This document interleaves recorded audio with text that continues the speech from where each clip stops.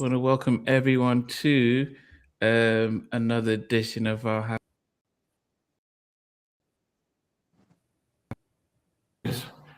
my sound just went off, but it's back again. Yes, want to welcome everyone to my two halftime chats. Baseline G, welcome. Zay, welcome. Old Derek out of Minneapolis, welcome. We've got Miss Jacci McGhee and Stevie Street. How are you guys doing this evening? Good evening, We folks. good, we Good good. evening, all. Yes. I hope everyone had a wonderful what would they call it? Valentine's weekend.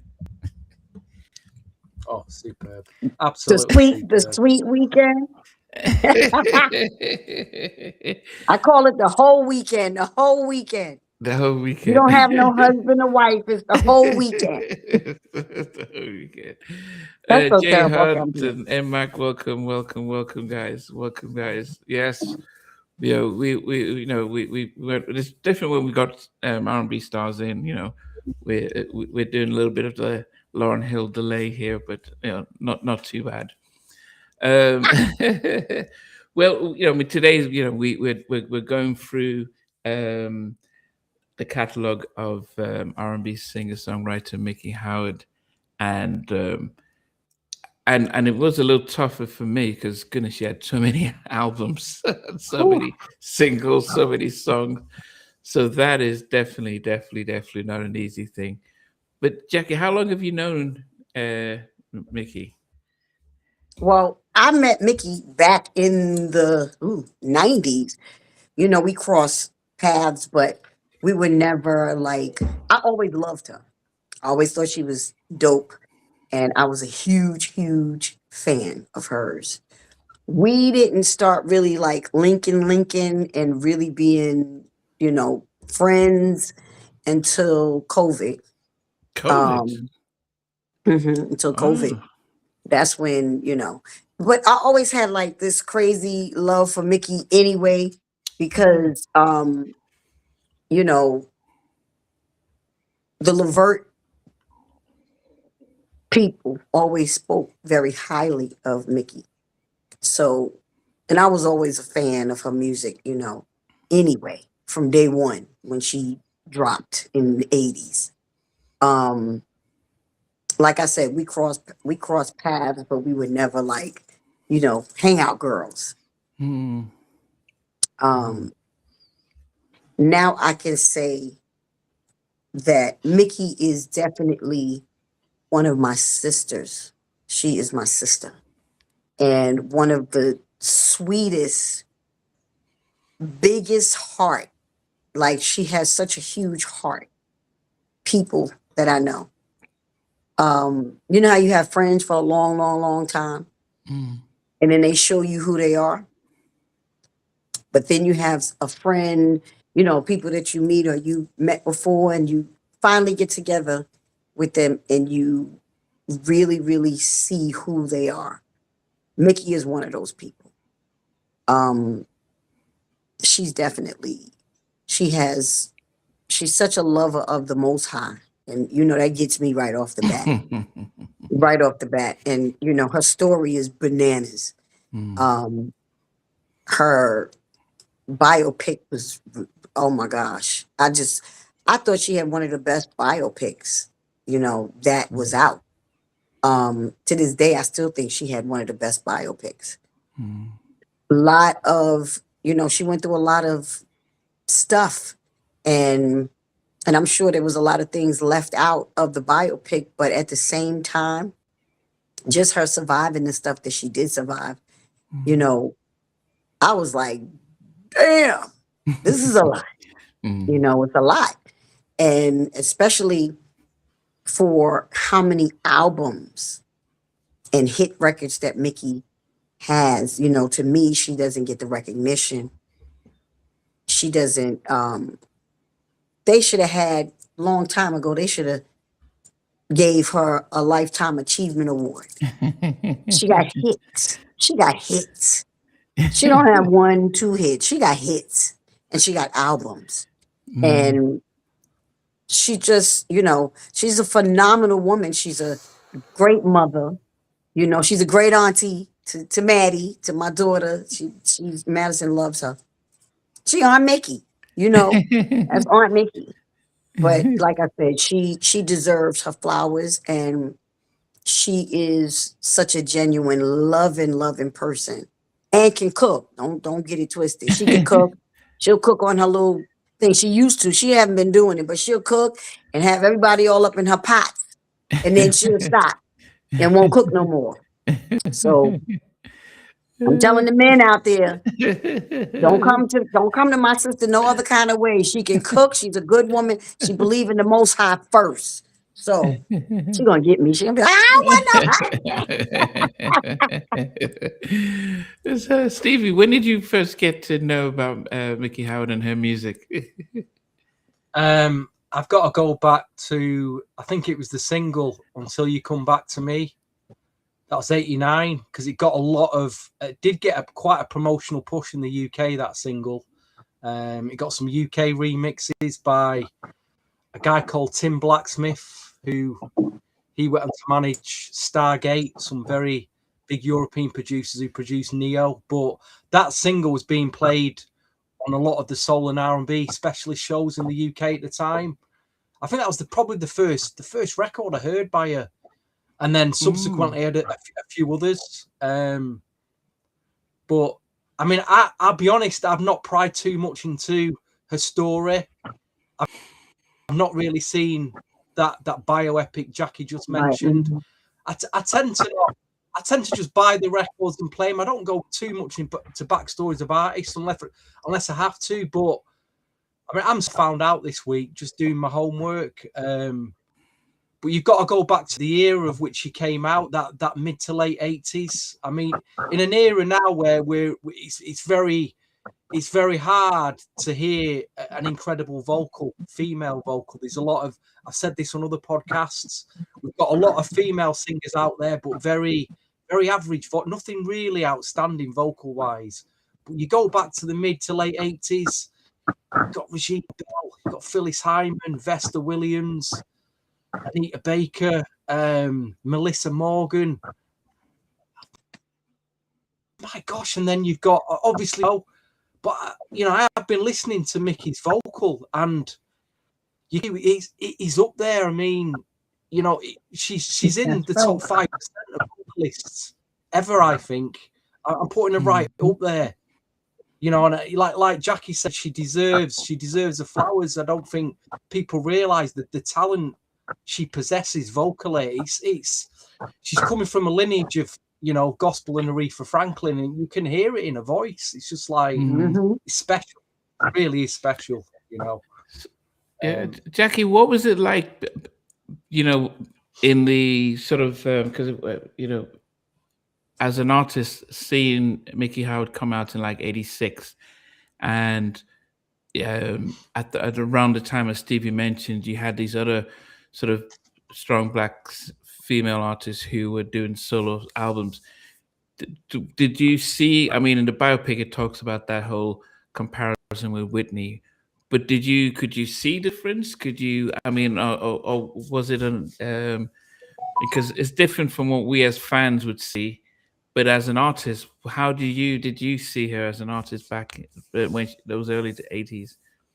I mean, when because that was a vocal time. That's all I'm gonna say. It was a female vocal good old time when in the 80s when Whitney came out, you know, Melissa Morgan, Regina Bell, Miki Howard.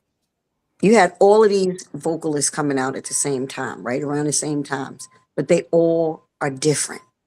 And like Melissa, I've been knowing Melissa Morgan for a long time, since the earlier 80s, really since I was a kid, coming into the business. But I've always been a big, huge fan of Melissa's voice.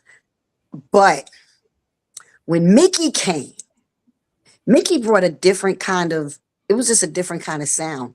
Like Stevie was saying, you can hear the Aretha in her voice. You can hear the, what her original voice is, her voice, you know, now that I know who her mother, was as a gospel singer, I listen to her mother sing, and I hear her mom's voice in her. Um, but Miki, to me, there was no comparison to me with like Whitney, or was Miki better than Whitney, or was Whitney better than Miki, because it was two different sounds. Um, I was a fan of like both of theirs. Crazy. I loved both of them equally. It was no, everybody know Whitney, hands down. She came in with some different kind of voice that we were like, well, how? Where does baby come from? But at the same time, Miki Howard had a voice like that too. Now, if she was pushed in that direction and it was no Whitney, she probably would have been the Whitney. You know what I'm saying? You got different record labels. You got Clive Davis on this side. You know, she was at Atlantic.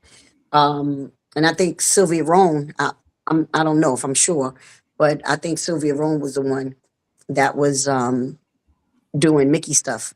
Not sure. Allegedly. I might have the record labels messed up. But she was on Atlantic. Yeah, she was on Atlantic when she came out.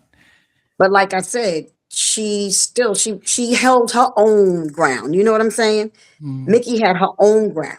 So when her record came out, I was a huge fan of hers right off the bat.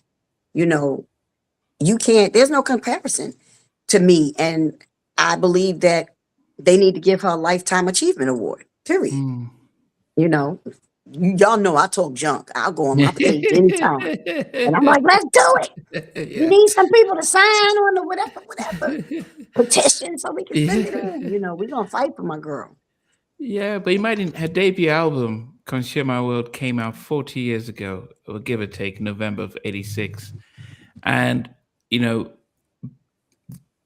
looking at how our female artists were in the 80s, I mean, we can always talk about Donna Summer and stuff, and she was very disco era, but it was a lot of class. I mean, she's, if you see the cover of her album, she's wearing almost like a bowler hat and dressed elegantly. And it was what I noticed when as a kid, listening and watching female Black artists. They just exuded class.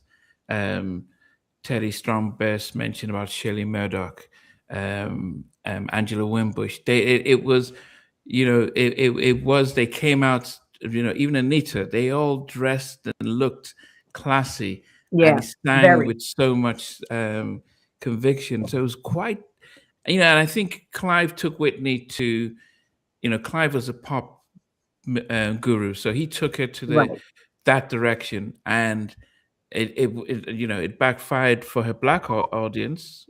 Soul Train let her know, like, look, we don't think you're Black, and then she had to start coming back that direction. But if Whitney had started at Atlantic, I don't think she'd be as big as she was. And I think if Miki was signed to Arista, she probably would have had to go in that direction of singing big pop tunes and stuff like that, in order because it's about the money, right? So and so they would say, look, Miki, we love your vocals, but we need to make money, so we're going to give you these pop tunes. This is what they did with Aretha. They started getting her these pop tunes, bringing George Michael. Let's try and get you. We get you in the Blues Brothers. Let's try and get you. Let's make more money. That's pretty much what majority of labels are looking for, making money. So I think we're fortunate that Miki and the ladies we spoke about stayed in that lane of R&B. This is our market, and we're going to stay there. But to have, I'm just looking, and to see that she had 9 studio albums is an amazing feat. 9 studio albums. That's just an amazing feat. To be able to get a label to back you that for that long of longevity. First album comes out in 86, and she had her last album that came out, and I'm just trying to see now. I think her last album came out in 2015, which she released called "I Choose to Be Happy." So that's the longevity. first three albums were for Atlantic, and then she had a label change, 92 on it. I think she went to Giant Records.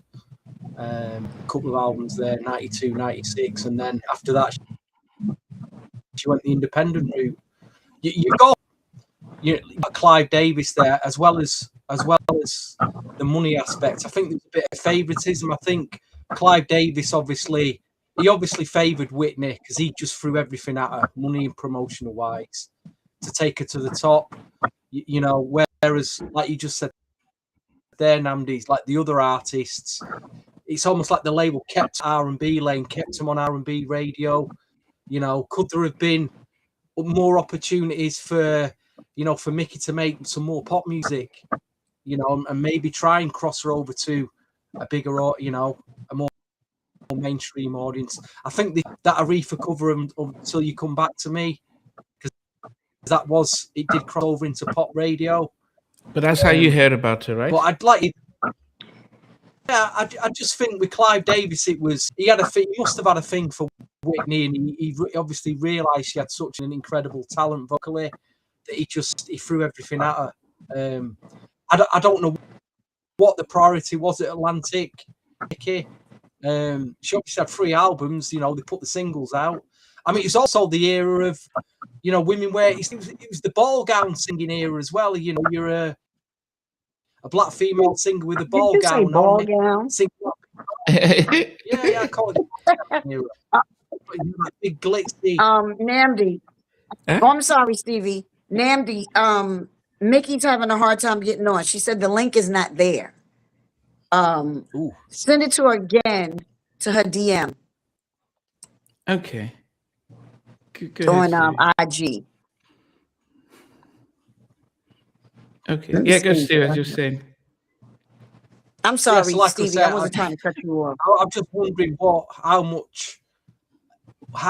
high up the pecking order Atlantic Records was Miki in terms of being pushed beyond R&B radio and black music radio, because it's clear that that's where she seemed to stay, apart from the odd single here and there, you know. Yeah.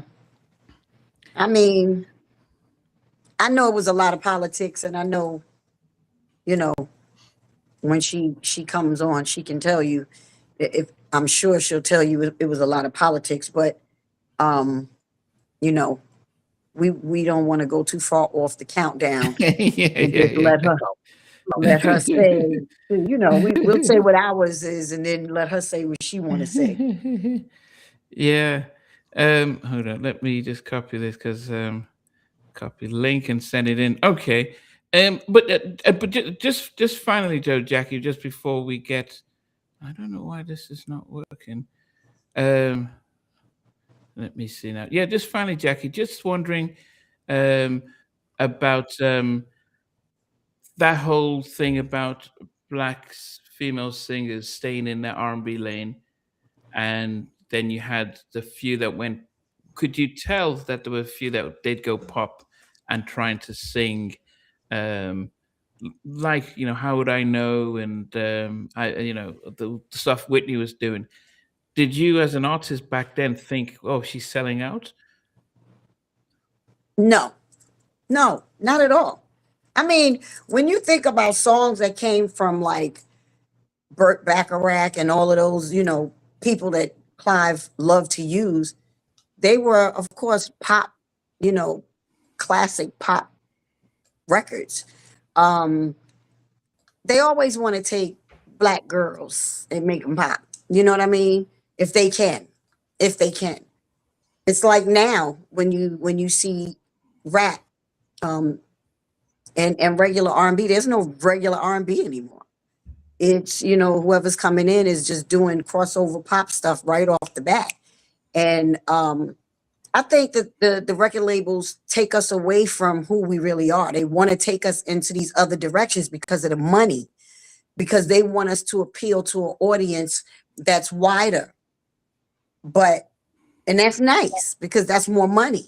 That's more money for them. That broader audience, you know, is cute. But we still want our audience. We still want you know, our people to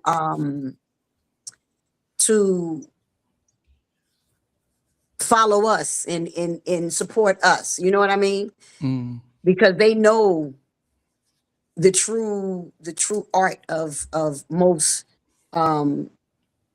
Black artists, what we do, how we sing, you know, what we bring, and all of us are different. So, I mean, I didn't feel like it was selling out. I just felt that that was their way of taking them to the next level of what they saw them as. I think, to be honest, I think Miki and Phyllis Hyman are probably two of the dopest vocalists to do jazz, like to sing jazz. Miki's a phenomenal jazz singer, you know. And I think that she should have been doing, you know, some more jazz stuff. The pop stuff for her voice was great. You know, she got some funk stuff. She got some, you know, she got a song that I love, Cigarettes on the Floor. I love that song. Like she did country, she did whatever. So, and I just believe that she could have went into any, you know, went any avenue. It's just that the record labels, they so full of SHIT, you know, they want to control everything that you do. And they want you to go do what they want you to do because they want to monopolize on whatever. They want that money. And whatever it takes to get that money, you know, to get that big check that's coming in, that they ain't hardly giving us nothing. You know, it is what it is. Are we able to get? I don't know. Did you send it to Miki? Yeah, can you forward it back to her and stuff? Stevie, I guess the question while we're trying to get Miki on board is, you said you did some research. What did you learn about Miki Howard that you hadn't heard about before? I don't know if we're obviously had a son called B Howard. I didn't know B Howard, you know, just a revelation there. I won't go too much into that. That was a bit of a revelation.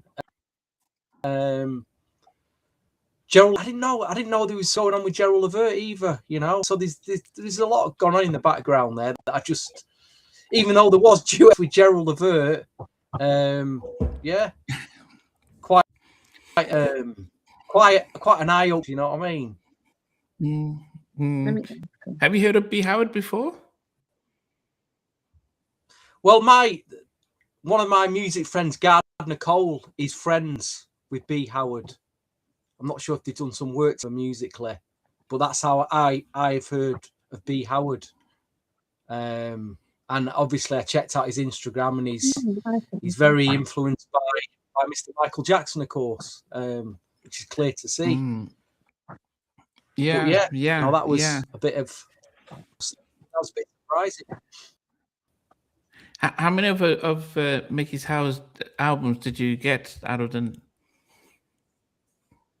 I found a few. I did find a few. I've got a couple of others, a couple of Atlantic ones somewhere, and I can't find them. But all about a CD collection, as you know, my CD collection's massive. They're all there, so you just find them. Yeah. Okay. So so people might be wondering what's going on. We're waiting for Miki to join in. We're just trying to connect her and stuff. But Let Jackie, me see. Okay. Hold on, because I was sending a message through IG, and that's on my other phone, but of course my WhatsApp is on this phone. We got a whole mess going on. Sorry, y'all. Yeah, it's because sometimes these links work and sometimes they don't. It is all Valentine's weekend and I'm still getting through all the Valentine cards that I got sent. I mean, the postman gave me a knock at the door yesterday morning. There was a big sack. I said, "What's that?" He said, it's a sack of mail for you, Steve. And I dragged this sack in, and I opened it, and all these Valentine cards fall out. So I'm still all these secret admirers that I've got. So I'm still getting through all Still that. going through To be quite honest, you know what I mean?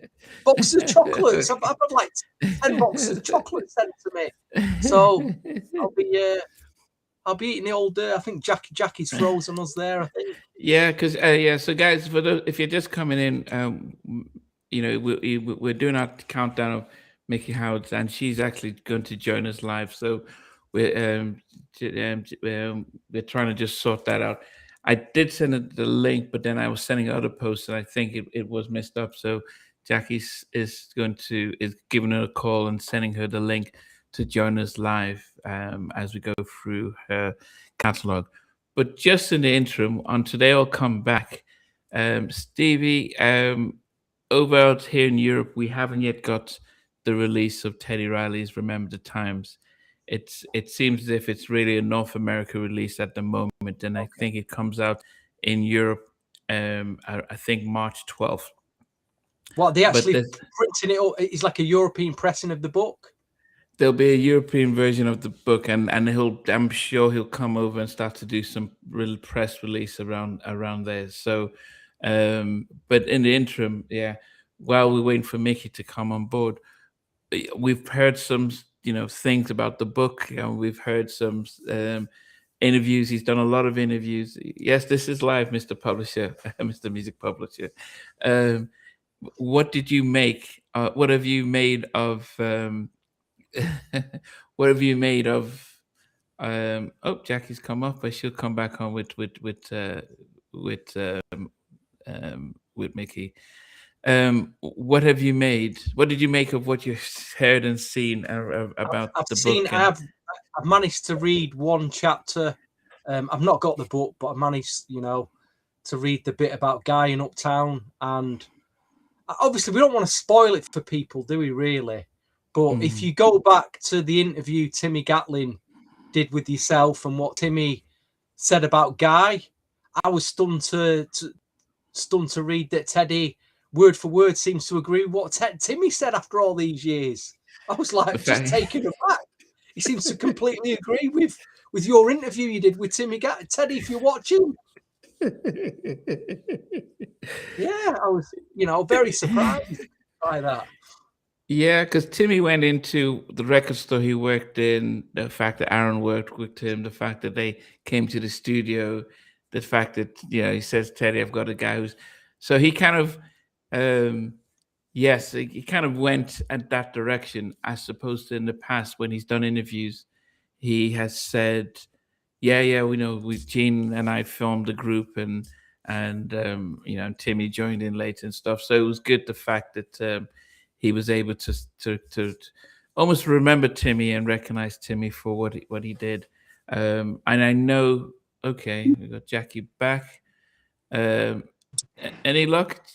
I was trying to call her. She wasn't answering. Oh, okay. But I sent her the link. Okay. Again through text. So she's probably fighting with it. Okay, that's fine. Trying to get on. Sorry, y'all. I don't know. Your camera's off. Yeah, your camera seems to be off. No, it's not saying that my camera's off. Oh, there's no picture. We can hear you, but we can. Yep. Okay. There we go. Yeah, there you are. You're back here now. Okay. Well, I guess just. We could. I've read the book. Well, okay. So there's a number of people. Hopefully, she's gonna be able to get on.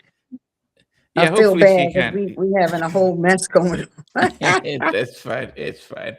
At least you tried. Don't worry. We can start off. Who do we have here? Hey! It is Miki herself. Did we get my fly girl in here? I made it. You know what? I made it. we know that Heck made it. Down the highway, we pulled over because I was just like, I'll get on, and then it went anyway. Hey, y'all. Wait, we see that Heck got on here though. I'm gonna tell you that now. We see you, girl. Oh goodness! Well, happy Sunday to you. Definitely a hot day for me. What's going on? Thank you guys so much. Really, thank you so much. Oh goodness, no, no. It's definitely a pleasure and honor. Um, yeah, and I got to interview Mickey a year and a half ago, and we all had our mutual friend Jay, who sadly passed Jay away. Ross. Jay, yes, we all That knew was him well. tragic. I can't believe it. Yeah. Yes, yeah. So yeah, so I mean, we do remember him, and anytime yeah, even he connected me with Jackie as well. So I definitely appreciate it. Um, but Valentine's weekend, Stevie, Jack, and I were debating like, okay, what can we do for Valentine's Day? And then it was like Mickey Howard. Almost every song was about love. We Yeah, said that's why I can't make any more songs. almost all her catalog was about love. So let's do her catalog, and let us be able to celebrate your music as well. Um, your debut album came out almost 40 years ago, back in '86. Come shit. What do you remember of that? I enjoyed it. It was a wonderful time for me. Yeah, I was a mother of some small children, and I always wanted to do a record. It was really, really a great time. I loved working with the people I worked with. Lamel Humes, Sylvia Rohn. It was. She let me do the whole album with one producer. Um, it was great. I loved it. Yeah. I mean, Oh, you did. go ahead, No, Jackie. go ahead, Nambi. I was No, gonna no. say I didn't know you did the whole album with one producer. That was dope. Yeah. That was dope. But go ahead, Yeah. Nambi. I'm sorry. No, I was just wondering because we were talking about how around that '86 in those mid to late '80s there was a lot of elegance with our female R&B singers, yourself and Phyllis Hyman and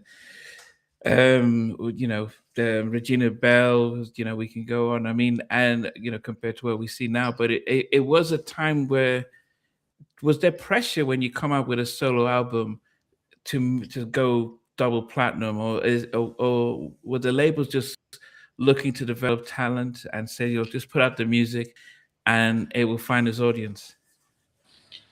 I don't know. I had been making records since I was 16 years old. By this time, I was 25.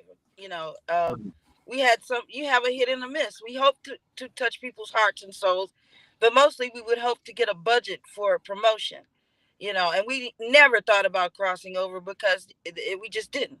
Most of the artists did not cross over, not coming from R&B or black music.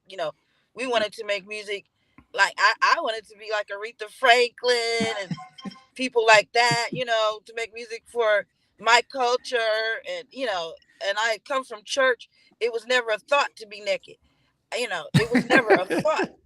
I came from, the Lord said, and every Sunday we couldn't even, iron our clothes on Sunday. It was a very That's strict right. That's right. household. So it was never even a thought to be naked. I want to be naked now.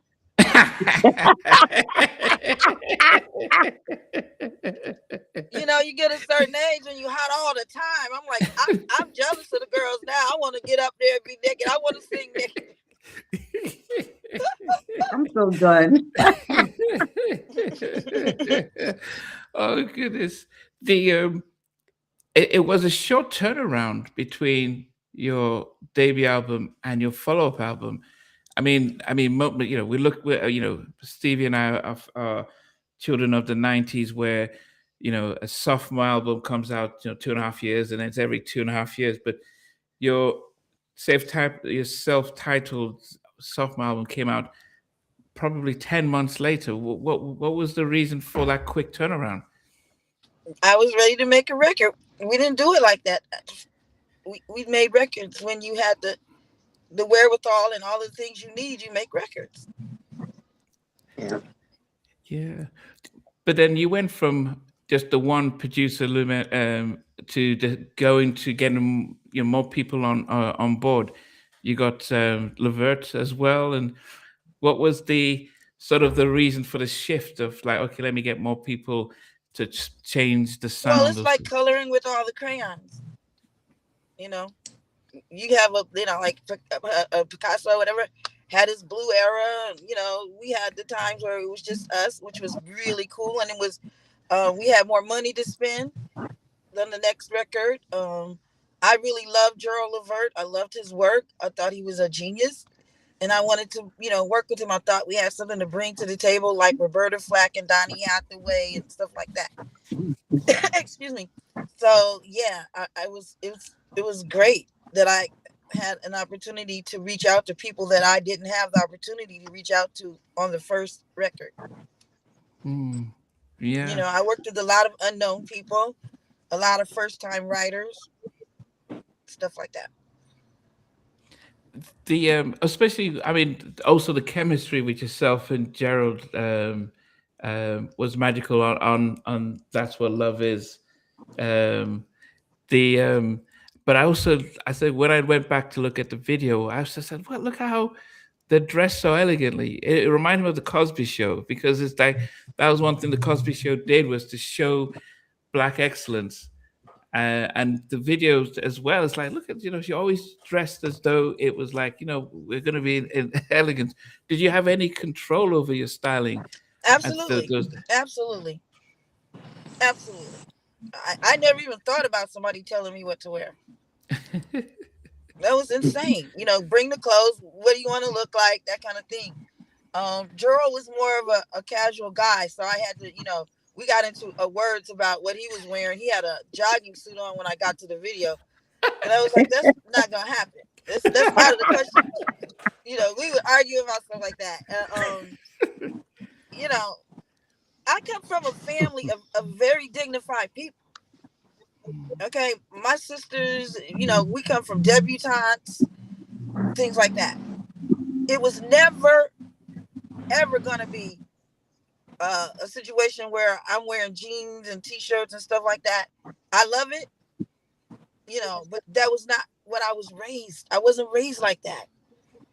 I don't come from that. It's like people that, like some people, I can't explain it, but I didn't come from that. Okay. Did you were on Atlantic? You also had Angela Wimbush. Did you feel as if you got the right type of promotional support by Sylvia on Atlantic? It wasn't. We got all that was available to Black artists. Wow. That's a good, honest answer too. Wow. And I was glad to get it. And I'm still glad that I had it. You know, we all wanted to cross over like Whitney Houston. Everybody can say whatever they want to say. You know what I'm saying? But everybody wanted to cross over like Whitney Houston or Diana Ross. That's 2 out of thousands. Right. Wow. But did it mean, because we were debating, we actually thought that it meant, because, you know, the reaction she got at Soul Train, because people thought she had sold out and singing pop. Did you have the choice to say, well, let me do more sort of popular type of music instead of the R&B? And because that would have... I didn't even want to sing R&B. I was a jazz singer. I was just young. Come on. I was just young. And it was like, I had 2 kids and I needed to do what I needed to do. And I enjoyed the music.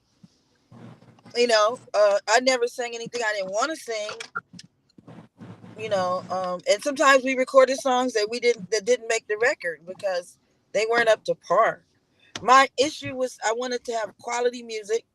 That's where I came from. That's all I knew. Yeah. Oh, I mean, Jackie, what were you saying? No, I was saying, you know, what she said is definitely on point, you know. And remember when we were going back and forth before Miki got on about how did we feel about being pushed to do whatever, them singing pop records or whatever it was. It's all record labels with their shenanigans on how to make money. But like I was saying, to me, Miki and Phyllis could do jazz with their eyes closed. The 2 of them. Crazy. And I would I love it. I love doing music. And you know, sometimes you make it really big and sometimes you don't. But whatever you do, you should grow, you should get better, you should enjoy it, you should do quality work every time you can, and things will take care of themselves. And you have to have some life to put into your music. You can't stop living because you don't have a hit or something. Right. Right. Yeah.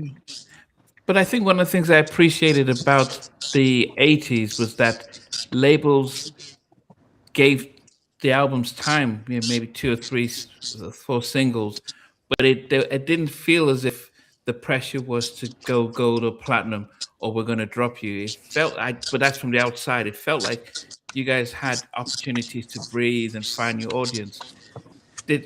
Was there pressure to sell out Whitney numbers, or were you okay were they fine with the fact that you've got an audience and people appreciated the music? They were looking for catalog artists at that time. Artists that could sell records for many years. Right. It was like they wanted you to get over 200,000 at first, and then they would sell and keep selling. That's more of the kind of artist I was. Even though I may have wanted to be, like, I want to be like Whitney Houston. It looks so fun. But that wasn't what it was about. Oh, goodness. See, I think that's the era that I appreciated, because we wouldn't have had the legends that we have if the labels were very much of a gold or platinum on that, or being dropped, being able to build that catalog. And it felt as if, towards the later 90s and stuff, they were very much short-sighted. Let's find the next. Did you, as I said, for yourself then, the moving into jazz, and especially when you did the Billie Holiday, that almost felt natural for you. But if you had the opportunity, were there no jazz labels that could have just said, let's keep you there, and let's really push you? Or was that audience shrinking around the mid 80s? Jazz was doing something else in the 80s. Yeah, it was doing something else in the 80s. I was singing. I started out singing jazz with Wayne Henderson, with the LA Boppers, Stanley Turrentine. I started out singing a lot of jazz and singing some jazz lead songs, like with Roy Ayers, Poo Poo La La. That's what I was saying. Oh gosh, with Billy Cobham, What Is Your Fantasy? I did a lot of jazz songs. Yeah. Stevie, were you going to say something? Can Stevie hear you? No. I was like, can Stevie hear you? Yeah. No, but even what can you hear me? just said. Yeah, we can. Can you hear Stevie or no? Yeah, we can hear you, Stevie. Go ahead. Well, okay, we can hear you. You want to say something, I'm having Stevie? some problems here. What was that? Okay. Oh, okay. No, He's going in and out. Yeah. Yeah. That Go ahead, Jackie. You were saying robotic sound. No, I didn't realize, and Miki just really opened my eyes to how the music was really coming in the 80s, that they were more of catalog artists. Because when I came in, I signed in 89, but my record didn't drop until 92. I got caught up in that whole thing of, okay, who's next? I didn't feel like that came in the late 90s. I felt like that came in the early 90s because, New Jack Swing was hot. So now it was like, okay, who's hot? And we're just going to go to the next. Yeah, because they started selling a lot of records really fast. Yes. And they did. And I wish, I could have come out earlier. I tried to come out earlier in the 80s, because I would have loved to be a catalog artist like Miki. That's why I love Miki so much, because she had so many records. She had so much music that we fell in love with. Her voice, who she was. And like you said, she was classy. Always classy, always fly. And like she said, she came out of that church thing where you can't be wearing any kind of clothes. You know, No, she I used came to out get of sent church. back in the house. Going to Huh? the rehearsals with the fellas.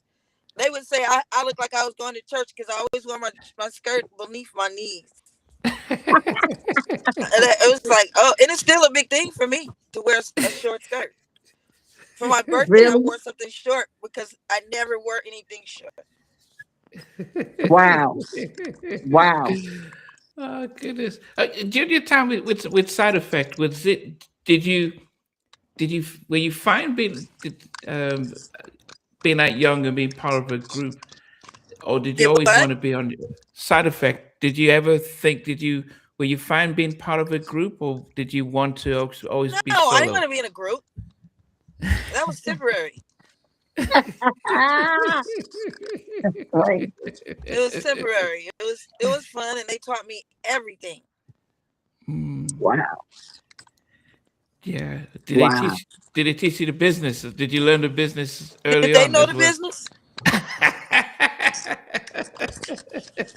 Let me tell you Did something. any of us? Everybody can say whatever, everything. They can say whatever the heck they want to say. It's true. Oops. Uh-oh. Because you're driving. Yeah, she'll come. She'll jump back in. Stevie, Are can y'all you there? hear us? Yeah, we're here. We're here, Nikki. We can't see you though. You know, Mickey. it's like once you brought that fourth person in, it's like I'm having massive connection problems here. I don't know what I'm it just is. saying, you don't get what you deserve. You get what you negotiate. Yes. We Okay. don't see you, Mick. We can't see you. Yeah. Uh-oh. Everybody Okay. going out. Okay. Is this me and you now? Yeah. Yeah, No, I but think Nikki. Okay. we could probably still hear Mickey, but we can't see her. Yes. Somebody did ask this question. Oh, she's gone off. Okay. Hopefully we'll get them back on again. Ask Mixie, was she supposed to sing Run to You? And Whitney was supposed to sing Come Share My World. Well, that would be interesting to see. Come share my love. I don't know. We gotta wait till Mickey get back on here. If she can get back on. We lost. We lost Stevie too? Yes, Stevie went off and stuff. But so that's interesting what she said about catalog artists, because that kind of makes sense, because you look through and you see, well, they weren't selling as many right. They weren't gold. They weren't all selling gold records. They all weren't selling platinum records, but they kept putting out records. And that was a great thing. I wish I was part of that whole train ride. I wish. Yes, yeah. Stevie, what happened? I don't know. It just keeps popping up saying losing connection and reconnecting. So I've come out and set my camera and I don't know what's going on. But we know. I think it's when you probably have to get somewhere. She probably has to get somewhere where she can get back on and not have, issues. But if you wanted to go ahead and start the countdown, yeah, we can. I'm sure she'll jump in and and say which one she like. Okay. So guys, until Mickey reconnects, we're going to start our countdown, because I know many people will be waiting to do that. So I had a number 10 from I had it all here. I've got the year, but I forgot to put out the album. But it was Release Me, came out in 92. Which album was that? Hold on one second. You sound like 90. Mickey, you got a lot of albums. It's from my Femme Fatale album, Release Me. So yeah, it's this at one. number 10. Yes. It's a beautiful album cover. Really, I love that album cover. Yeah, love it. That is definitely a beautiful album cover. But yes, Release Me. That is at number 10 for me. Okay. You said Release Me was number 10 for you? Yes. My number 10, and a lot of people do not know, and I did not want this song to be my number 10 because I love, love, love this song. But a lot of people don't know Miki's album, her Mija album that she put out, I think, in 2023 maybe? And she had this beautiful art with the cover. And when I listened to the record, first of all, her vocals on there, I love. But she has some jazz stuff that I love, love, love. But this one song, it just hit me in the head. And it's called Number One Fan. Again, y'all, it's on her Mija album.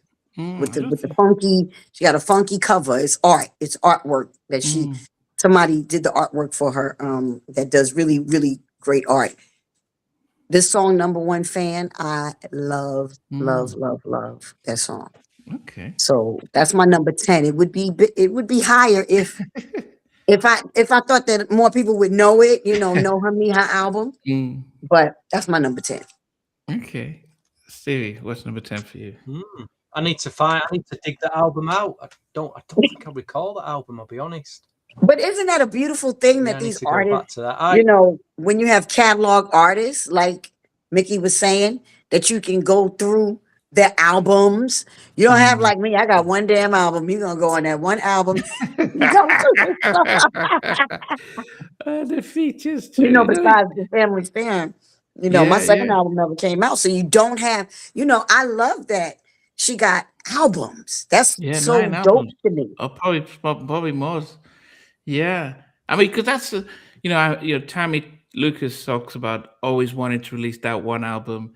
You had Cut Close releasing that one album, but then they didn't get to follow through. But to be able to have 5, 8, 9 albums, you just have a catalog of music. I mean, that's just amazing. Stevie, what's number 10 for you? Can you hear you? Yeah. I've surprisingly picked an album, which it's called Pillow Talk. It was on a label called Shaughnessy.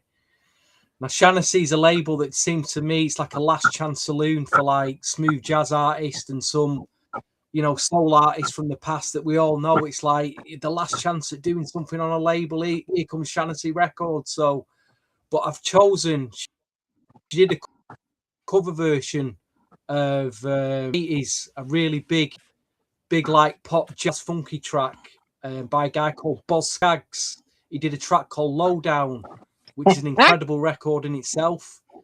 She did a really, really good cover version of Lowdown by him. It just surprised me. But it has been covered a few times. And it's always a nice song to hear that and the groove and I thought, yeah, why not? And I thought I'd just as like a bit of a left field number 10. Probably most people won't know that cover version. I'll just throw it in there at number 10. Let people check it out because I just thought it was really good. So you said it's and if you've not heard Boz Scaggs, Dirty Lowdown. What is it? That Boz Scaggs is a classic. Sorry. No, you said Dirty Lowdown. Is that what he said? No. Yeah. Can you hear me? Made a cover version of Boz Scaggs. I can hear you, yeah. No, the reason why I was saying that because Toto wrote that. They wrote and produced that on Boz Scaggs. And wow. That's a classic, but Miki does great. She does really great covers. She be kicking my butt with the covers. Like, I'm like, damn, I didn't know you did that one. I love that one. Like, she kicks butt with those covers. She really does. But go ahead, y'all. Okay. Yeah, it's called Lowdown. Okay, she covered that. Okay. Number 9 for me, it goes to her Miki Howard album. Came out in 1990. It was the second single off that album, and it's Come Home to Me. Who sang the original one? No, sorry, no, that's not. That's the different one. I'm thinking about Until You Come Back to Me. No, Come Home to Me. Yes, is number 9 for me. Okay. And MacBook Crazy. Okay, Jackie, what's number 9 for you? Number 9 for me is Cigarette Ashes on the Floor. That's from her. That's from her Femme Fatale album. Do y'all? That was what, 92? That was her 92 Femme Fatale album, right? Yeah. Let me tell y'all what Femme 93 Femme Fatale 92, means. yeah. Femme Fatale means dangerous woman. That's what it means. And that album, period, was just. But Cigarette Ashes on the Floor, to me, that reminds me. That's like Miki Howard's. Like Norah Jones wasn't even out yet, then. That was like, it would be today like a Norah Jones song. I love that song, and if y'all haven't heard it, go listen to it. It's Cigarette Ashes on the Floor. You treating me like cigarette damn ashes on the floor. I think that's the title of it. Cigarette Ashes on the Floor. That's how you treating me. I like damn cigarette ashes on the floor. Oh goodness, yeah, it's amazing that we get towards the mid to late 90s, and yeah, females are singing something different. Yeah. Okay, Stevie, what's number 9? I've gone back to 2001 for this album called 3 Wishes, which Wow, goodness. Okay. came out on Peak Records through the jazz distribution label Concord. Barry, Oh, so there was Stevie. production on here, and a guy called Gary Brown who did a album. So the track I chose is One Day Without You, which is written and produced by Gary Brown. Again, a real, if you've not heard it, go on YouTube. It's a little undiscovered gem. Okay, I the CD a lot when I bought it back then. There's a lot of smooth jazz coming out in the early 2000s. That was sorry. Oh wow. Yeah, Jackie, was Stevie freezing up as he was talking, or was it just me? Yeah, he was freezing up a little. Yeah, you're freezing up, Stevie, because yeah.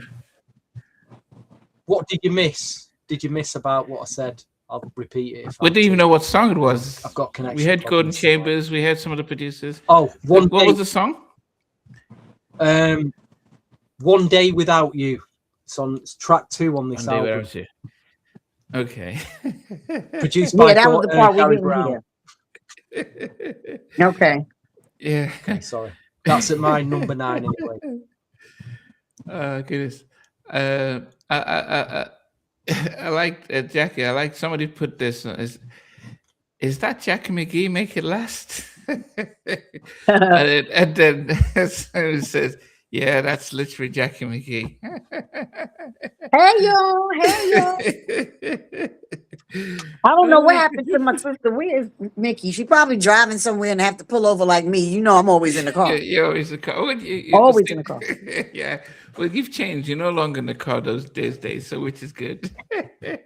Only because it gets dark early. Yeah. That's why I'm not in the car. So I can't, my light don't work in the car, right? And all that. So I'm like, okay, let me go in the house. Yeah. Y'all know I like to be outside. Oh, goodness. Number 8 for me is what album was this from? This was from her Come Share My. No, it was not from. It was her first track from her Love Confessions. Came out in '87. Number 5 on the R&B charts is "Baby Be Mine." Oh, okay. Yes. Okay. We see you. Definitely, yeah. I mean, as I said, but if we think about it, though, because this was a time when '87. This was when "Make It Last Forever" and the whole stuff was out. So you can see the different kind of audience when you're thinking about that type of music, like "Make It Last Forever." What else was coming out in '87? I think '88 was more of the new Jack. We had the girls, we had all that stuff happening. But you can start seeing, I wouldn't say the shift, but there was almost like a young audience, what we wanted, and more of the more adult contemporary R&B fans as well. But anyway, "Baby Be Mine" is at number 8 for me. Stevie. Stevie, are you there? Is it Stevie turn or is it Oh, mine? no, Jackie's yours, sorry. Oh, okay. My number 8 is, again, this is from her Femme Fatale album, her Dangerous Woman album. You know, that Femme Fatale is French. Ain't Nobody Like You. Mm. Ain't Nobody Like You. That was what, 92? 92, yeah. That was a powerful song. Mm. And like I said, it wouldn't even be so way down, but I can't tell on myself on the ones I got coming before. But I mean, Ain't Nobody Like You it was one of them songs, you know. Her vocal just touched you and hit you in the head, you know. I've been rich and I've been poor, whatever, you know, I've been up and I've been down. Just the vocals, the lyrics, how she sang it. Phenomenal. And I'm not just saying that because that's my girl. Phenomenal vocal. She wasn't my girl when these records came out. Yeah. You know what I mean? Do you think, because you know, one of the things we always talk about with Mary J. Blige was that it felt like she was singing from a place of pain all the time. Because we've watched Miki Howard's biopic, can we now see how she was able to be relatable with her songs and where she was singing from? Yeah, but you know what? To me, Mickey's pain wasn't, you know how we were talking about Mary's records, and we love Mary, but Mary had a lot of pain. Like it was starting to hurt me. My feelings was hurt. Like, oh damn! Can somebody give you a breakthrough, boo? Like, girl, my heart hurt. So that type of pain, you know, to me, you can hear, you know, the pain in Mickey's, but not pain like she didn't get it together, or not pain like something else didn't come through. You know what I'm saying? Like, just even the Ain't Nobody Like You. It's just, you know, ain't nobody like you. Just you know, and just it's I've been up and I've been down. I kept my feet or placed my feet on solid ground or whatever. Just everything is some sexiness. It's, you know, it's that jazziness. It's that everything. With Mary, it's that. Yeah, love yourself. And I know she probably hated that song, but everything was pain to me in every single one of those records until my hit came, my banger. I forgot what I said. What was my number one? We'll talk about that later. But yeah, no, Mickey's pain doesn't feel like the Mary pain that you got. Like, okay, you need an up-tempo joint. With Mickey's pain, like I said, it was more of she got so many genres of music that she does with her voice and where she goes, and you know, her range is ridiculous, and you know, her jazziness in her voice, and then you hear her again and she sounds like Aretha. I'm just saying. I'm just saying. You know, I get in trouble if I keep talking. Yeah. I'm about to say something.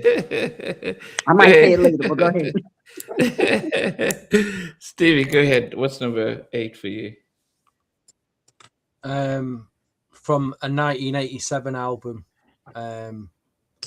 I chose the same track as what you did, Namdi, Baby Be Mine. Kind of reminds me of something that Regina Bella do, actually, that track.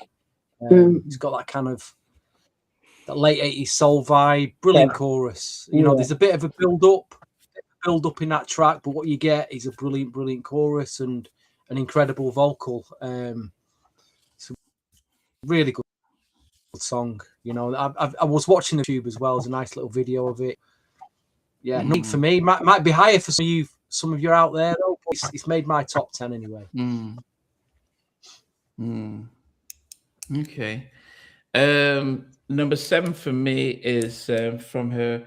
Okay, yeah, it is from Jacci also had it from her Femme Fatale, Ain't Nobody Like You, which was number one R&B track, and definitely a banger.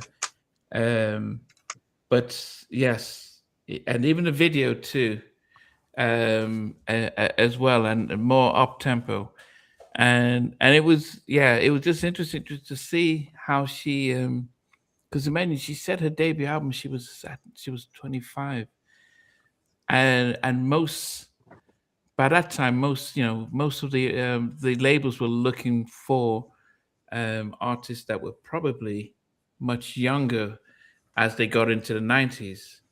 So the fact that she was able to continuously just make hits after hit, but Ain't Nobody Like You, and as I said, still kept with her fashion, still kept with her classiness in how she dressed and everything, and especially in 92. So if you think about 92, we were getting TLC, SWV, they were all coming out at 92, and yet she was still able to stay within her class as well. Yes. So Jacki's number 8 was my number 7. What's number 7 for you, Jacci? My number 7 is from her 1997 album, Love Confessions. You've Changed. When I tell y'all I played that song until I couldn't play it no more, it's so jazzy. It's so, oh my gosh, I can't even explain it. It's just the way she sung it. And it's so jazzy, and it just hits your soul. And it was one of my actual favorite songs when this album came out. I played that album over and over and over again, just playing it until my tape popped. As Biggie said.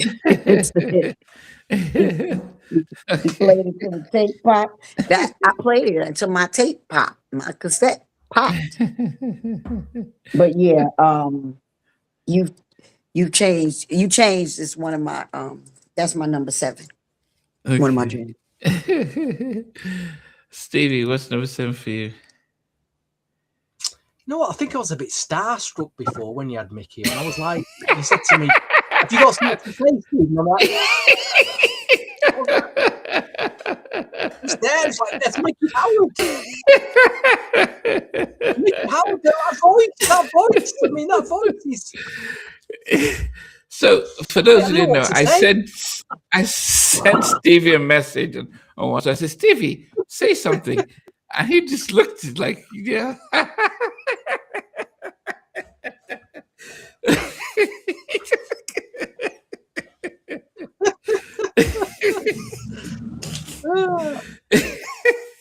Something is wrong with you. I'm trying to think of the other couple of occasions when I've been a bit starstruck, and me and VJ went to this hotel once in London where Jodeci turned up, and VJ got hold of Devontae Swing, and VJ was looking at me, and Devontae Swing stood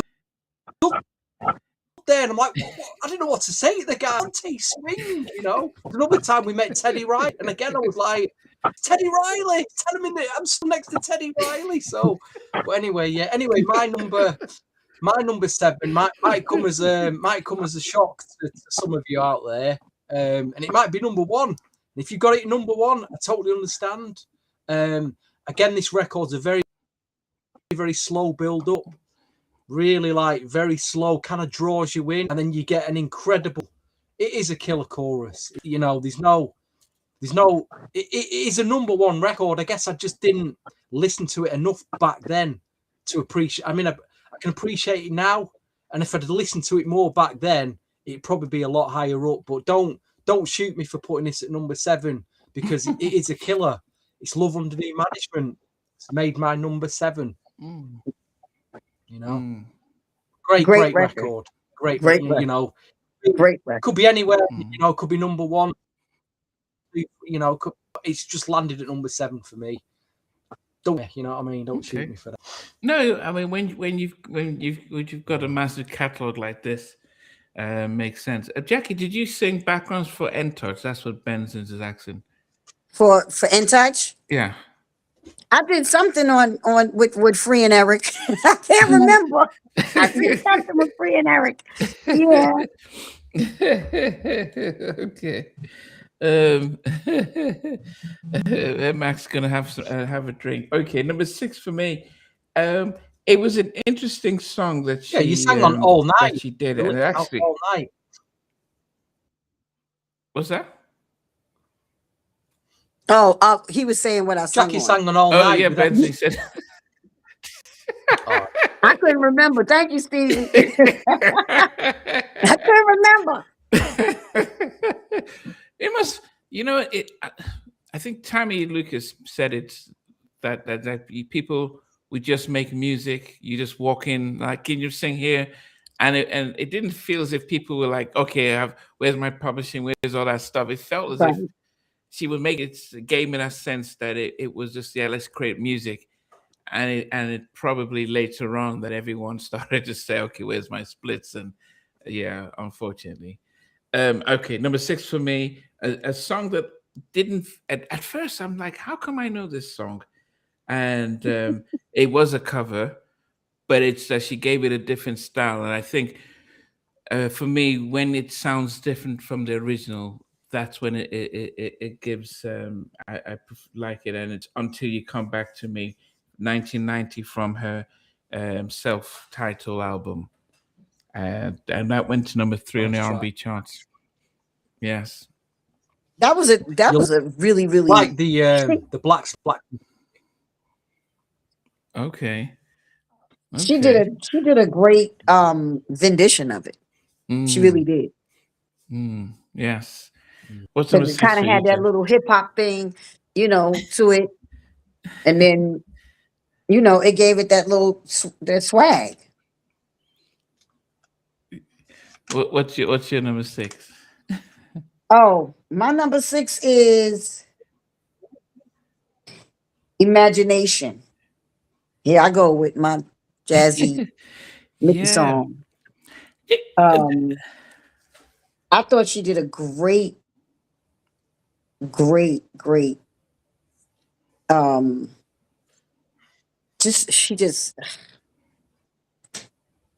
I just love the way she sung that song. Period. She did a great. She just did a great. I love it. What was the difference between Miki's jazz and someone like Anita Baker? To me, it's different because Anita gave you jazzy poppy all the time. Everything is here, and we're moving, and we're with her right here. But Miki, to me, gave you some of that old Ella jazz too. You know, that stank on it. You know, like you know, Ike told Tina, go put that stink on it, Ann. You know, go put that stink on it, Ann. She was putting that stink on it. And not to say that Anita wasn't, but when you hear a Miki Howard sing something like Love Under New Management or Baby Be Mine or, you know, Come Share My Love or whatever, and then she goes to Imagination. You know, she always knew how to say, I'm telling you, it just felt like it was old, you know, Ella, old, you know, that good old Billy Jack, you know, that Billie Holiday, Ella Fitzgerald. I just got that feel from her. When I listen to Anita Baker, I don't get that. I get Anita's jazz. That's what I get. You know what I mean? I never got Ella and Billy vibes. I just got, that's Anita Baker singing jazz. You know, because I think when you think of it, so the Anita Baker's version is, yeah, if anything can be pop jazz, which it's a lot more accessible. Someone like myself, you know, if someone says I'm going to play some Duke Ellington or some hardcore kind of jazz, that would be something that I probably couldn't relate to, but I could relate to something like what Anita is, because it was more relatable, poppy R&B jazz. Yes, just someone like Sarah Vaughan or Billie Holiday, that felt like more authentic, more unfiltered jazz, which is much harder to pull off. Yes. But its audience size is probably a little bit more limited than you'd get if you do the if you open it up. Okay, so Jackie's had Imagination as her number 6. Yeah. What did you have for number 6, Stevie? Just a little comment on Anita Baker. You just got to remember that in 1986, she did have one record that crossed a lot of genres. It's every artist just has that one record that doesn't matter what genre of music you're into, you just sing to it, and you know that Sweet Love in 1980, that kind of defined that year. It was a massive record, you know, that crossed over into rock and pop. It's been on numerous compilations, numerous, you know, pops. It's, you know, it's one of those records that remembered forever. And luckily, you know, Anita Baker had that. She just had that one record. You know, that's all it takes for some artists. But anyway, my number, what were we on, number 6? Number 6, yeah. Yeah, going back to 1992, there's a track on this album that kind of goes against everything else on this album. And you got to remember, Giant Records in 92 had a big hit with Jade, Don't Walk Away. And I think there's a track production-wise that it has that big R&B club groove to it that could have been pushed a lot more. But I've gone for Release Me at number 6. Great club R&B track. I think should have been pushed a lot more. Great hook to it. Could dance to it. Nice video. But obviously, they were pushed. I mean, like they spent the money on that Jade track to get a Jade track out there. Maybe it was, I don't know. But I do like Release Me a lot. It should have been a lot bigger. Yeah. I had it at number 10. Okay. Number 5. You know, Jackie, one of the things I keep talking about, one of the things I missed about the songs of the late 80s, 90s was backing vocals and how they made their album almost like I'm singing, the records. So I'm, you know, almost like, you had your background vocalist singing and you didn't have to sing your own background vocals because then they're almost echoing what you're saying. And I think that's one of the things I loved about Love Under New Management. It's almost like she's saying it and she needed people to almost like, here, I need my witness. Almost like Kurt Franklin, can I have a witness? Right, can I have a witness? Yeah. That's right. And that was one of the things that really gets me with these kind of songs is when they have the strong backing vocals and let them sing it. I mean, and I don't know if Mickey's the one who sang on backing vocals on that track, but when she performs it live, you're seeing backing singers, and it makes that song really powerful and stuff. Yes, and I'm trying to see what number it was on. Did it? It got to number 2 in the R&B charts. Love's Under New Management off of her Miki Howard album. Yeah, so that is number 2 for me. Yes, sorry, number 2 for me. That is number 5 for me. I was like, how you get to number 2? Yeah, no, it's because it landed at number 2. So yeah. Go I was ahead. like, wait, you got this quick. We're number 5. We're number 5, yeah. Number 5 for me is from her 1987 album, Love Confessions, Baby Be Mine. Okay. I love that song. I think it's beautiful. And of course, it was a hit. You know, it was a hit. We heard it all over the airwaves like crazy. But I thought Baby Be Mine was a great record, period. Hands down, great record.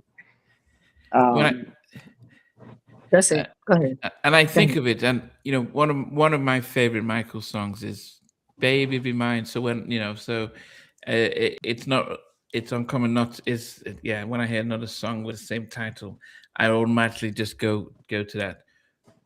Yeah. Anyway, go ahead, Stevie. Number 5 from a 1989 album, and there's a bit of New Jack Swing on that album, and this was another one of the big singles. Ain't Nothing in the World, very very New Jack sounding, and you know that for me, being a New Jack Swing fan, had to go in my top 5. So yeah, I really like that. At number 5, Ain't Nothing in the World. Yeah, that big catchy New Jack Swing track. Yeah. Okay. And that was the number 1 song on the R&B on the R&B charts. Let me see who did she get to do that stuff. It didn't say. Let me see. Track list. Produced by John Nettlesby. I don't know who that is. John Nettlesby. I don't know who that is. Okay. He worked with Keith Washington. He worked with Keith Washington on his first album. Okay. Yeah, for me, that was number 4 for me. For that same reason, I just loved the swing on it and stuff. So that was number 4 for me. Ain't Nothing in the World. Wow, you picked that one now. Yeah, make you at number came out in 89. And 89, this is what did we have in 89? Because we've had 88 was the Guy, New Edition, Any Heartbreak, and the Troop Deeper came out, I think 89. No, that came out 88. What came out in 89? What songs came out? Wait, when did Tony come out? I think they were what, 80? 88 and 92. Didn't they come out 80? 88, 89, 90, something like that? Mm-hmm. Because we were on the road together, and I remember they Troop were 88 and 89 back to back. Yeah, so the Revival came out 1990. Who came out 88? Then Sons of Soul came out 93. Now remember Troop and Chucky Booker and all of them and Levert, that's all Atlantic. That was Sylvia putting out, Miki Howard, Levert, Troop, Chucky Booker. She was putting out some joints. She was pushing. 89, his debut album, Chucky, came out in 89. Mm-hmm. So okay. All right. Okay, yeah. So Ain't Nothing in the World was number 4 for me. Jackie, what's number 4 for you? My number 4 was from her 1989 album, Miki Howard, Love Under New Management. Okay. That's my number 4. I had that number 5. Okay. That's my number 4. Anything to say about the song? I love that song. See, like I said, the lyrics, love the lyrics. love the song. Remember, we were talking about the pain that from the songs with Mary, right? The pain, and it's like, okay, we done had enough pain. You got here, you come, you know, with a Miki Howard, with her having in '89 a song called "Love Under New Management." Instead of crying about, you know, all the crazy stuff, here it is right in your face. Experience is a good teacher. You know, I'm in love under new management. We ain't got to be hurt all the time. We ain't got to be broken all the time. And that's what, remember, I was telling you, that's what, you know, it seems like we thrive on those songs that are broken. Oh gosh, I'm just so broken. I want everybody to be miserable with me. No, we want some joints that we feel happy too. Like, you know, if I could have said I'm in love under new management, I don't know how many times, I would have said it from the rooftops, even though I wasn't in love with nobody. You know, once in a while, you know. Yeah. But yeah. Yeah. No, I do think that I mean, just think about the song "I'm in Love Under New Management," and every shop you go to is like, man, under new management. So it's like almost like, you know, the same shop, but somebody else is running it. And so it's a really interesting play of words with that type of song, with the way it's set up. So yes, definitely a big song. Okay. Stevie, what's next for you? There was a bunch of tracks she did with Gerald Levert, which Gerald's on, and I've been kind of moving these tracks hard because it's a very hard one about because they're all incredible. But I'm going to start with "That's the Way Love Is" from again 1987 with Gerald Levert. Just What you know about that? Vocal. Oh. Again, could have been number two. Okay. I mean, just going back to Love Under New Management, the backing vocals are Love Under New Management. It just, they're undefeated. But That's the Way Love Is with Gerald Levert. Great stuff. Number 4 for me. I think it was at number 3. I moved it back to number. Or was it? Yeah, moved it back to number 4. I shouldn't have done that, but. Oh, yeah, and I did say that to me, and that's what I was getting at, was definitely the vocals, backing vocals, how much that makes a massive difference in songs and how I appreciate songs. Okay, number 3, from '86, a song that actually, when I've always thought about Miki Howard, this was always the song that always comes to mind, and it's "Come Share My Love." This is, yeah, that song, even though it's from her debut album, is always a song that that always seems to me synonymous with Miki Howard, and let me even see where it got to on the charts. It got to number 5, and it was her first single. Yes. Okay. What about you, Jackie? That's just hit. That's why we gotta get my girl. They gotta give her a Lifetime Achievement Award. Hey, anyone that brings up, yeah, because she deserves it. I don't care. BET. So the Soul Train even do awards anymore. BET, Soul Train, American Music Awards, and even. I don't think Miki ever got a Grammy. I'm not sure, but she deserves one. My number, what we doing? Number 3, right? Number 3. My number 3 is from her Femme Fatale album, A Dangerous Woman album, which was recorded first back in 1946 by this little lady named Billie Holiday. Good Morning Heartache. I thought that Miki did a phenomenal job redoing this song. I love it. Love it. That's my number 3. That is my number 3. I love what she did to Good Morning Heartache. Because, you know, like Billie did it in 46, right? Mm. Then she got a version in 92. It fit in 92. That's why I love that she was able to do it over. Because it fit 92. You know, you didn't have, you know, you had New Jack Swing coming through there and all these, you know, whatever else music was coming through the early 90s. But you didn't have, I mean, you know, you had your Sade's and Anita Baker still. I don't know what Anita was doing in 92, but just that Good Morning Heartache coming at that time. And wasn't it in a movie too? Am I tripping?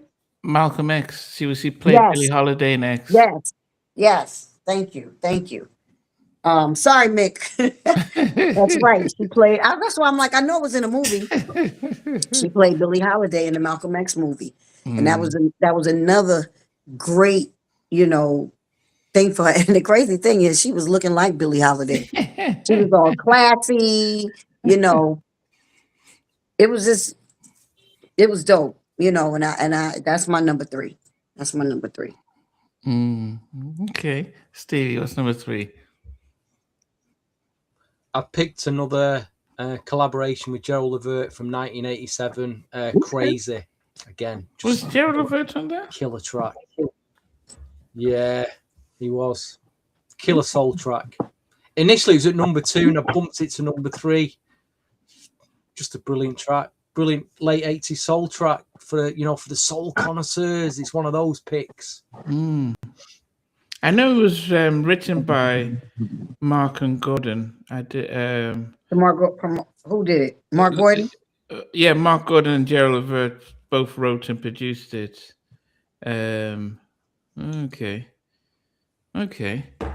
All right. So number 2 for me is Just Like Romeo and Juliet. That's what love is. I'm so surprised that y'all have That's What Love Is so high on your countdown. I'm proud of y'all. I think, you know, I mentioned, that's why I brought up to it the video, you know, because I think Miki was showcasing her vocal range, which is vocal, and then Gerald singing, and it's just, you know, it's just one of those happy songs, and of course I'm listening to it not knowing that they were dating and stuff, but it just the chemistry. And the funny thing is, Gerald Levert was probably, I don't know, 30, but he looked like he looked the same. Like a whole grown man had been here for a long time. Yeah.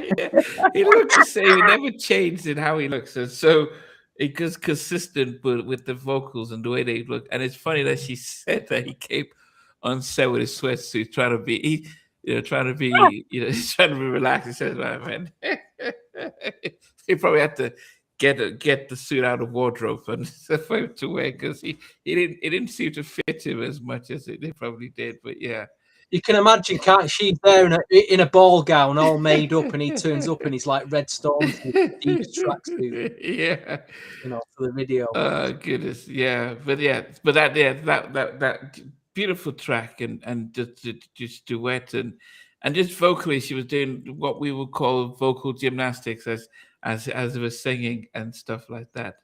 So that's number 2 for me. No, that's a good number 2. My number 2 is Come Share My Love. I love that song. I thought that what number did it get to on the charts? What was Come Share My Love on the charts? Do y'all know? Yeah, it was number 5. It was number 5. Yeah, number 5 on the R&B charts. R&B charts. I'm sure Mickey was in Jet a lot. Remember in the Jet magazine? I was so happy to get in there.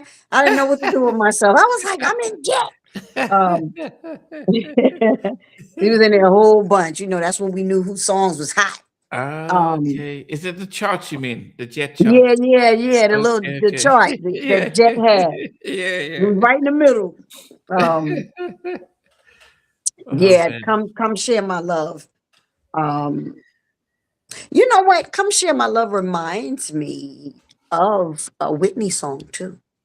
I could hear because Miki got that crazy range, and I could hear a Whitney Houston doing that song as well. Okay. And I thought that Miki killed the song. She did a phenomenal job on "Come Share My Love." Voice was just, her voice is just unmatched. To me, all the R&B singers were different. I hate comparing because I can't stand competition. People are like, oh, I'm competing against so and so. I gotta no, just be who you are. Just sing. It's like the love that you hear from Miki. That Miki was saying she wanted to be like Aretha. She loved Aretha's voice. That's the type of stuff. We should be saying, like, whose voice we loved and who we looked up to as like really, really great singers, like the Aretha Franklin, Gladys Knight, Phyllis Shaka Harmon. Khan, Phyllis, definitely Phyllis for me. But the list goes on and not to knock anybody like a Melissa Morgan or Allison Williams, because all of them, on top of so many other artists, man. There's so many female artists. We'll talk about that when we finish doing Mickey's countdown. This is about my girl. Okay. Well, go ahead. Okay, Stevie, what's number 2? Probably my final song inclusion featuring Gerald Levert. I got to be honest, I just didn't. This has been the biggest surprise for me because I just didn't listen to it back then. But it's absolutely floored me. This track absolutely floored me. I'll be your shoulder. Whoa, whoa, whoa. Yeah, be your shoulder. Oh, they go in. They go in on this track. Oh, the pair of them. Oh dear, it's floored me. Absolutely floored me, that record. Proper soul duet, that. Proper deep soul duet. Wow, what a track. What a track that is. I'll be your shoulder. Deary me, man. What a great track. And who wrote that? It was who wrote it?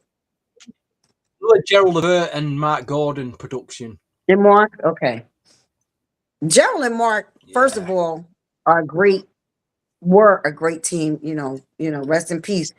Gerald, we miss you and we love you. Mark Gordon is one of my really close friends as well. And he produced my second album. But Mark Gordon was the one that was doing a lot of, the music for Levert's stuff. And he's actually the one that spoke highly of Miki all the time when we be in the studio. When we talking on the phone, if we talk about any artist, he always spoke very highly of Miki. And that's what made me love her even more, because I'm like, if they loved her, him and Gerald and them, I knew that, she had to be a good person, good heart and whatever, because, they were chicken and biscuits all day, that's that love.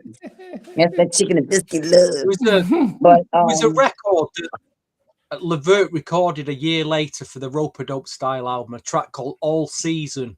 And again, it's got this, I can think where that vibe of All Season comes from these tracks. Again, that's a deep record. That's my song. Yeah. That's my song. What number are we on? So yeah, Stevie just did his number 2. So I'm going to go from 10 down to before my number 1. For those who are just joining us, so we've gone for our top from 10 all the way to 2. So before we release number 1, we normally go and count 10 and down to 1. So at number 10 was Release Me, came out in 92. Number 9 was Come Home to Me, came out in 1990. Number 8 was Baby Be Mine, came out in 87. Number 7 was Ain't Nobody Like You, that came out in 92. Number 6 was Until You Come Back to Me, that was the remake. In number 5 come Love Under New Management, beautiful backing vocals. Number 4 was Ain't Nothing in the World, nice little New Jack track. 3 was Come Share My World, that was her first single from her debut album. Number 2 was That's What Love Is, featuring Gerald Levert. Such a, watch the video, just watch them elegance, and to hear the story that Gerald Levert was in his joggers and tracksuits, and he wanted to do, he wasn't planning on wearing a suit, and so they had some words, so that was interesting to hear. Number 1 is a song that I think the theme from this is backing vocals, how they make the song, how I just love the back and forth. And this song was from his sophomore album, and Love Confessions. And there was something magical about working with Gerald Levert and Mark Gordon that changed the direction of how Miki's music was received. But I love Crazy. The song, I just love the to and fro. It's such a. I saw the first time I heard it, I said, "Oh man, I love this song," and I was like, I wonder if anything's gonna knock it off number 1. And I went. I'm sure there are other songs that were close, even the Gerald and That's What Love Is, but I just love Crazy, and that's my number 1 song, Crazy. Crazy is a great song too. Like you said, the I had flavor. Number 2 initially. It's great. It's a great. Pushed back to number 3. It is great, and I'm surprised you picked a lot of the Gerald Levert, Mark Gordon. They're just very strong. They just accept and put on records. Yeah. But I also felt that because Miki being a jazz singer, and any of those type of songs, I probably, because I'm not used to them, probably wouldn't rate them as high. But I think the diversity of what Gerald and Ed were doing, because they did Troop, they did Mama Sweet, so they were doing songs that that I was related to. But as I said, loving backing vocals, loving the whole the storytelling of this, and Gerald was definitely a prolific writer producer with Mark. So, but I didn't know that they did the song until Stevie mentioned it when he was getting his countdown. So I didn't. I just loved the song, and I was like, oh my goodness, maybe that's why. Yeah. So that's number 1 for me. Okay, we see you with your number 1. Okay. All right, I'm going from my number 10 to my number 1. My number 10 was from Miki's Mija album. The song is called Number 1 Fan. Whoever don't know that song, go look up Miki's Mija album. And it's called Number 1 Fan. It's actually on IG as well. You can pull up Miki Howard Number 1 Fan and it'll pop up. My number 9 is Cigarette Ashes on the Floor. That's my Norah Jones, Miki Howard song. Wow. That's from a 1992 album. Ain't Nobody Like You is my number 8. You Changed is my number 7. Imagination is my number 6. Baby Be Mine is my number 5. My number 4 is Love Under New Management. I was gonna say all the album years, but I'm like, no, she just got hits. My number 3 is Good Morning Heartache. My number 2 is Come Share My Love. And my number 1 is Gerald Levert and Miki Howard. That's What Love Is. Okay. Let me tell you something. Wow.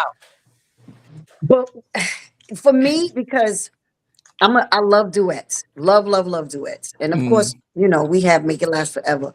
But when this duet came out, I thought this duet was hot. I loved the energy. I loved Gerald's, you know, performance on it. I love Mickey's performance on it. You know, where to just, oh my gosh, just their voices together, it just worked. And that's actually one of my favorite duets of like R&B. Like that's one of my favorite duets. I don't care what nobody's talking about. I'm like this one. I wasn't into Fire and Desire. That was just not. That just didn't do nothing for me. And I know a lot of people like, you crazy, Rick James and Tina Marie. Stop! Oh, stop! It just didn't do. I love Fire and Desire, but this is one of my this one right here. That's why this is my number one. This Gerald Levert and Miki Howard duet did it for me. I love the energy. I love the way they sung it together. I love the, you know, it was just sexy. It was sexy. It was, you know, it had power in it. It had love in it. So, you know, that's my number one. Yeah. Yeah, definitely. And yeah, I mean, I had it at number two, but I just love. Plus, they did both songs, my number one and my number two. So, right. Yeah. All right, Stevie. You picked quite a few tracks, about 3 tracks from this album, Jackie. You know, you got about 3 tracks from this album on your chart. It was interesting. Cigarettes, Ashes, Good Morning Heartache, Ain't Nobody Like You, you know. Yeah. I like that album. I do like that album a lot. So what about my number 10, number 10, Lowdown. Number 9, One Day Without You from 2001. Number 8, Baby Be Mine from 87. Love Under New Management from 89. Number 6, Release Me from 1990. Number 5, I got 8, Nothing in This World from 89. Number 4, That's What Love Is from 87. Number 3, Crazy from 87. And number 2, I got I'll Be Your Shoulder from 89. And number 1, I think there's a bit of an innocence to this track, and I also think it's one of those records that I think a lot of people could sing along to, and I'm just surprised it wasn't a lot bigger in terms of crossing over potential. But it's one of the first records. Come share my number 1. Just it's got everything I like about 80s soul. It's got a bit of a groove to it, a bit of an oomph. Great chorus you can sing along to. Great vocal from Miki. I've been singing it all week, and I can't understand why. And you know, she wasn't on Top of the Pops in the UK singing that record. Would have been perfect. You know, they should have pushed that record a lot more. I think that would have been a big sing-along crossover record. But it's still a great record in its own right, and it's happened to be my number 1. I will give a few honourable mentions though. Until You Come Back to Me didn't quite make it. I like the remix, the Blacksmith remix. Ain't Nobody Like You from 92. I do like that record. I Surrender from 86, which has got an 80s dance pop to it. Ain't No Way to Treat a Lady, that was on the 2001 album. And finally, a track from a 1996 album, and it sounds like Tupac rapping at the beginning, but it's not Tupac, but it really does sound like him. A track called Sunshine. So they're my honourable mentions that didn't make my top 10. Wow, you had honorable. You had the side records. And a few bits and bobs to add there. Did Miki give you her favorite? Oh, she's gonna kill me because she told me 2 just off the top of her head, right? I don't remember. I was like, man, she's gonna come on so she can fan herself. Now I don't remember. But what I do remember, that they were jazzy. Okay. That's what I do remember. Because I was like, oh, the 2 jazzy joints.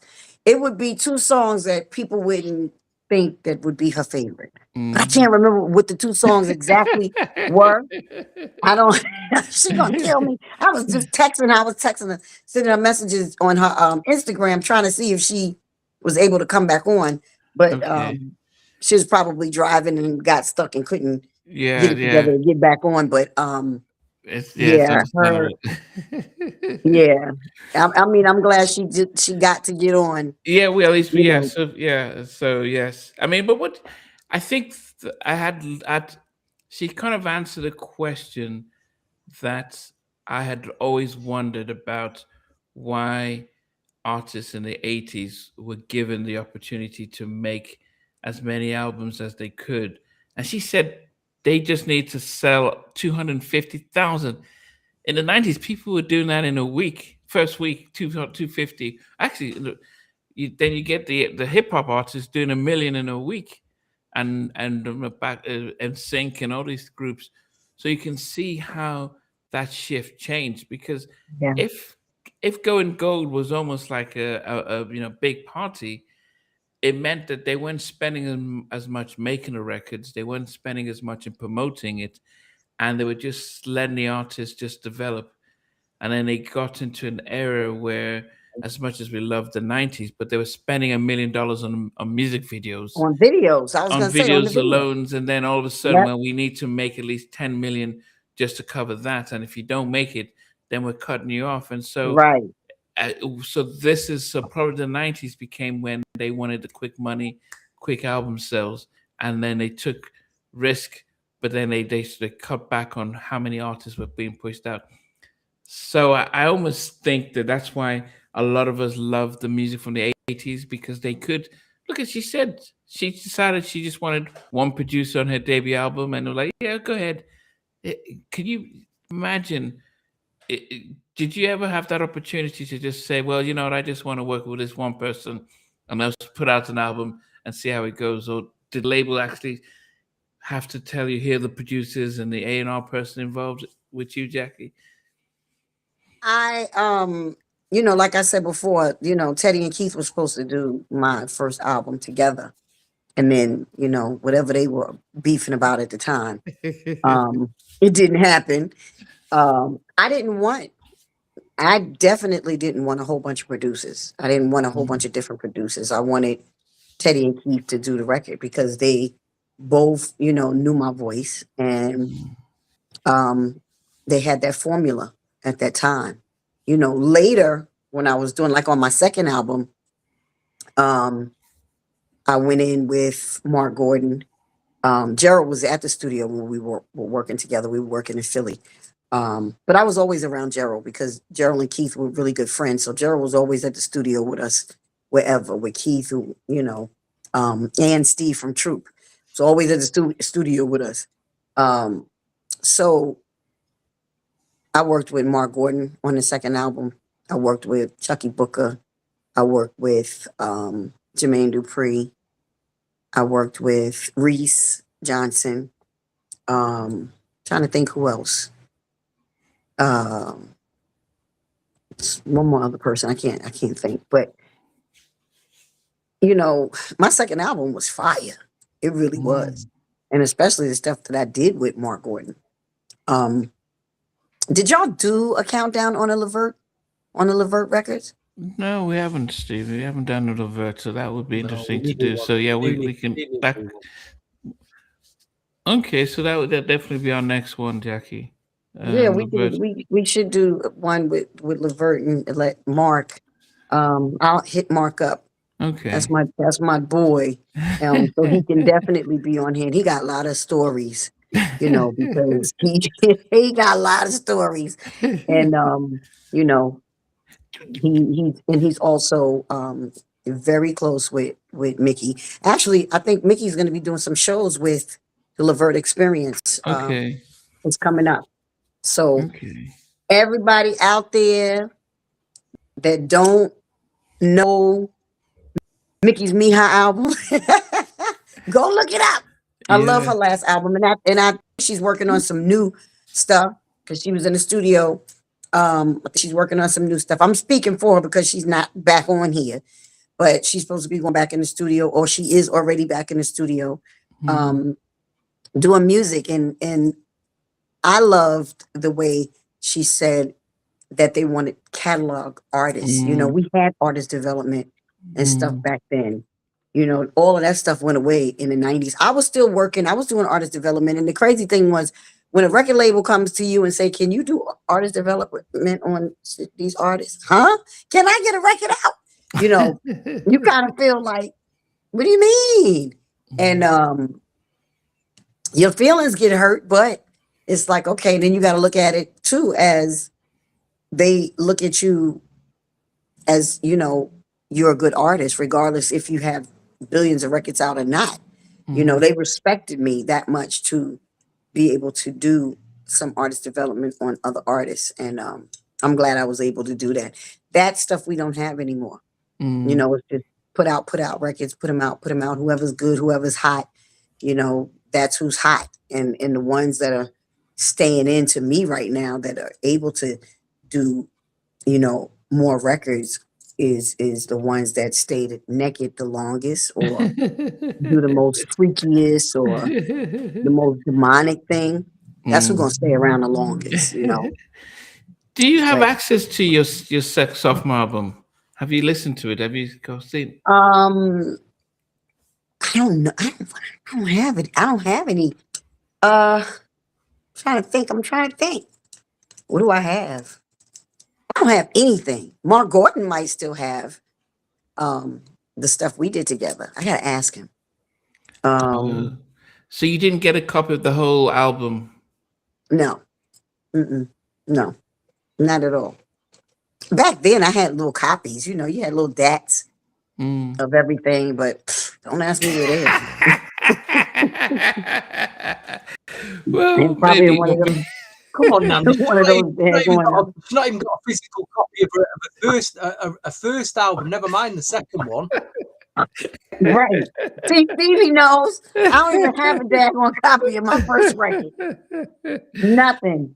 My girlfriend sent me this little, because you know MCA was really good at marketing, right? So they always put great marketing packages together. And you know, we had to have stuff when we went to Jack the Rapper and this and that. You know, they had all those things we had to go to.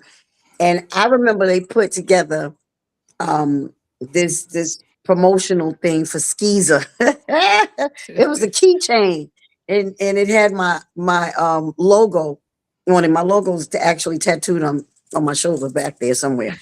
And it was inside of my album. And they had the logo on the keychain on the outside of the keychain, and then when you open the keychain up, it was a condom inside. I was like, and I think my girlfriend that was doing a lot of the marketing stuff, she was doing like the BBD jackets and all of that stuff back then. If I can remember, Toy did that too. She did, Toy Soldier. And I was like, I had a keychain with condoms in it. Like, but that was the era, you know, that we were going into. We were going into that era, and Skeezer was nasty. Oh goodness, those were the days. Yes. Well, guys, we want to appreciate you. I mean, it's a pity because for those, Miki did join us, but she was in a car. So and as the signal cut out while they're driving, so unfortunately we couldn't and she couldn't come back. But she did drop some knowledge. So if you watch the replay, she talked about being a catalog artist, spoke about how it being in the relationship with Gerald and some other things. So you can be able to watch that. You can also watch when Stevie was asked, Stevie, anything to say? And he just looked at us as if we spoke in Chinese. He just looked almost like, okay. And he disappeared like, yeah, I can't. And I don't know if you were afraid, you just cut off, you like disappeared like, oh, Stevie. Bit of both. Bit of both. But I can imagine you've been listening to her music, watching, hearing all the stuff, and then all of a sudden, like, do you have anything to say to her? Your big moment comes. It's like, I can't hear you guys. I can't hear you guys. I'm leaving. I'm leaving. Oh goodness. Oh goodness.